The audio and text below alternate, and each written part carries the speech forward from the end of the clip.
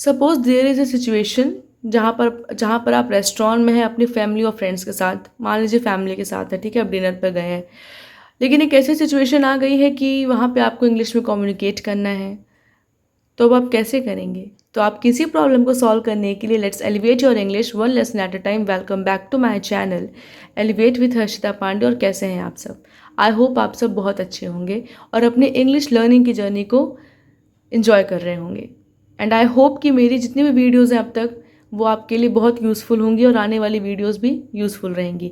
तो चलिए जल्दी से आज की लर्निंग को शुरू करते हैं। आज मैं आपके साथ जो लर्निंग लेकर आई हूँ वो है इंग्लिश एट अ रेस्टोरेंट। तो चलिए शुरू करते हैं। When you enter the restaurant, देखिए वन जब आप रेस्टोरेंट में इंटर करेंगे तो आप क्या बोल सकते हैं? आप बोल सकते हैं एक्सक्यूज़ मी।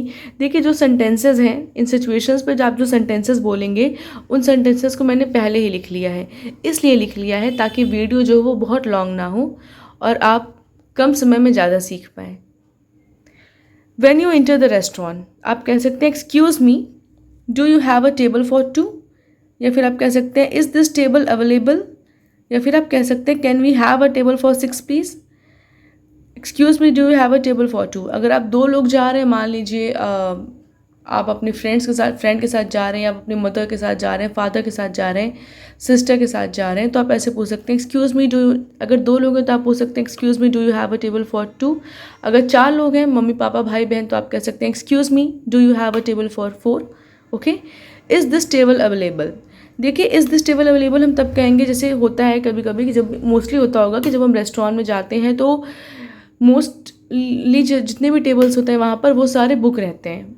मान लीजिए किसी का बर्थडे है तो पहले से लोग बुक करके रखते हैं टेबल। तो आप ऐसे पूछ सकते हैं, अगर आप अपने बगल में कोई खाली टेबल देख रहे हैं तो वहाँ पर बैठने से पहले आप पूछ सकते हैं वहाँ के स्टाफ से इज़ दिस टेबल अवेलेबल। अगर अवेलेबल होगा तो वो आपसे कहेंगे yes sir it is available please sit. अगर अवेलेबल नहीं होगा तो वो आपसे भी कह सकते हैं no sir it is not available. Okay. Then can we have a table for 6 please. अगर आप अपने फ्रेंड्स के साथ जा रहे हैं या आपकी जॉइंट फैमिली है, 6 लोगों की फैमिली है, तो आप कह सकते हैं can we have a table. आप पहले से पूछ सकते हैं can we have a table for 6 please. Okay. तो आप इन सेंटेंसेस का यूज़ कर सकते हैं जब आप रेस्टोरेंट में इंटर करें। Second situation asking for the menu. देखिए मेन्यू को पूछने के टाइम पे आप ऐसे कह सकते हैं कुड आई हैव, या फिर वैसे तो होता है कि हम हर रेस्टोरेंट में, मतलब जितने भी रेस्टोरेंट्स में मैं गई हूँ मैंने देखा है कि हमारे टेबल पर जो मेन्यू कार्ड होता है वो पड़ा हुआ होता है।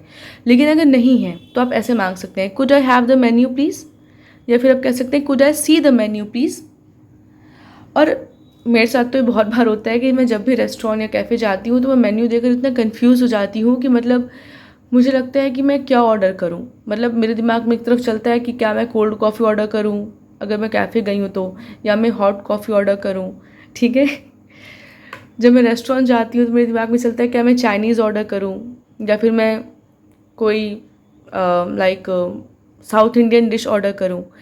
तो जब अगर आपको भी ऐसा होता है और अगर आप किसी रेस्टोरेंट में पहली बार गए, मतलब मान लीजिए कोई बहुत ही फेमस रेस्टोरेंट है, आप वहाँ पे पहली बार गए हैं, तो आप ऐसे पूछ सकते हैं कि व्हाट डू यू रिकमेंड। मतलब वहाँ का जो स्टाफ आएगा या फिर जो वेटर आएगा आप उसे पूछ सकते हैं कि व्हाट डू यू रिकमेंड। इसका मतलब ये होता है कि आपके रेस्टोरेंट में सबसे स्पेशल क्या है, सबसे स्पेशल डिश क्या है खाने में, तो वो आप पूछ सकते हैं। वो तो आप उसको ऐसे पूछ सकते हैं व्हाट डू यू रिकमेंड, मतलब मुझे कुछ समझ में नहीं आ रहा आप क्या रिकमेंड करेंगे।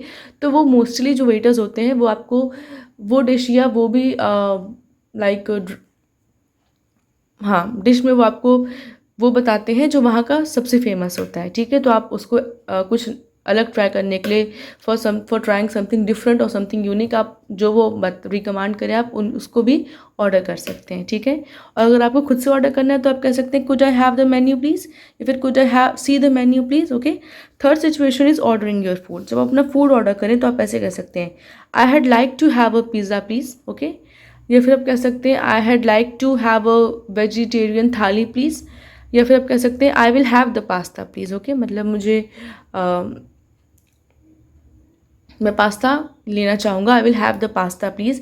या फिर आप जैसे मान लीजिए आपने कोई डिश देखी मेन्यू कार्ड में बट आपको थोड़ा कंफ्यूज है, आप सोच रहे हैं, आपको लग रहा है कि क्या है कहीं ये बहुत स्पाइसी ना हो, क्योंकि बहुत लोग ऐसे होते हैं मेरी तरह जो स्पाइसी खाना बहुत कम प्रेफर करते हैं। तो आप ऐसे पूछ सकते हैं इज़ दिस डिश स्पाइसी। मतलब मेन्यू कार्ड में अगर वो डिश लिखी है तो आप वेटर से पूछ सकते हैं इज़ दिस डिश स्पाइसी। तो अगर आपको स्पाइसी पसंद है तो आप उसे ऑर्डर कर सकते हैं, ऑर्डर नहीं भी कर सकते हैं अगर आप प्रेफर नहीं करते स्पाइसी खाना तो, ठीक है। Then fourth situation is asking for something during the meal. Meal के टाइम पे आप मान लीजिए आप खाना खा रहे हैं और अगर आपकी टेबल पे वाटर नहीं, वाटर बॉटल नहीं, या फिर आपके ग्लास में अगर वाटर नहीं है वहाँ पे रेस्टोरेंट में, तो आप ऐसे पूछ सकते हैं could I have some more water please. या फिर मान लीजिए पानी था मगर वो ख़त्म हो गया, glass of water is empty now, so आप ऐसे कह सकते हैं could I have some more water please. या फिर आप कह सकते हैं जैसे हम पिज़्ज़ा वगैरह खाते हैं तो मोस्टली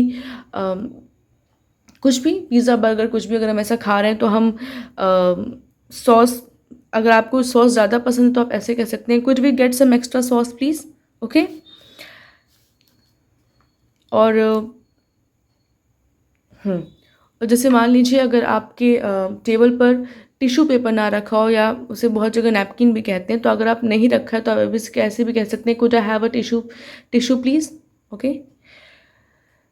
लास्ट सिचुएशन है आस्किंग फॉर द बिल। अब ऑब्वियसली बात है, आप रेस्टोरेंट में आपने इंटर किया, आपने मेन्यू पूछा, आपने फूड ऑर्डर किया, आपने अपना मील भी कंप्लीट कर लिया। मील के टाइम पे आपको जो भी एक्स्ट्रा चाहिए था खाने के लिए या वाटर चाहिए था आपने वो भी मंगवा लिया, और अब बारी है बिल देने की।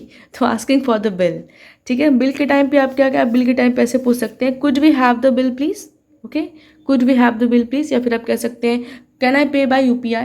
मान लीजिए आपके पास अगर कैश अवेलेबल नहीं है तो आप ऐसे कह सकते हैं कैन आई पे bye UPI।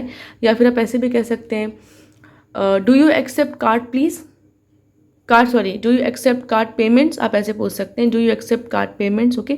Do you accept card payment मैंने नहीं लिखा है बिकॉज A4 शीट में बहुत ही स्पेस बहुत ही मिनिमम होती है, तो इस वजह से। तो do you accept card payment, okay, इसको याद रखिएगा। जैसे यहाँ पर भी एक सेंटेंस मैंने वो टिश्यू वाला नहीं लिखा था ड्यू टू लेस स्पेस, तो जो सेंटेंसेस मैं बोल रही हूँ उन्हें भी आप ध्यान से सुनिएगा, ठीक है।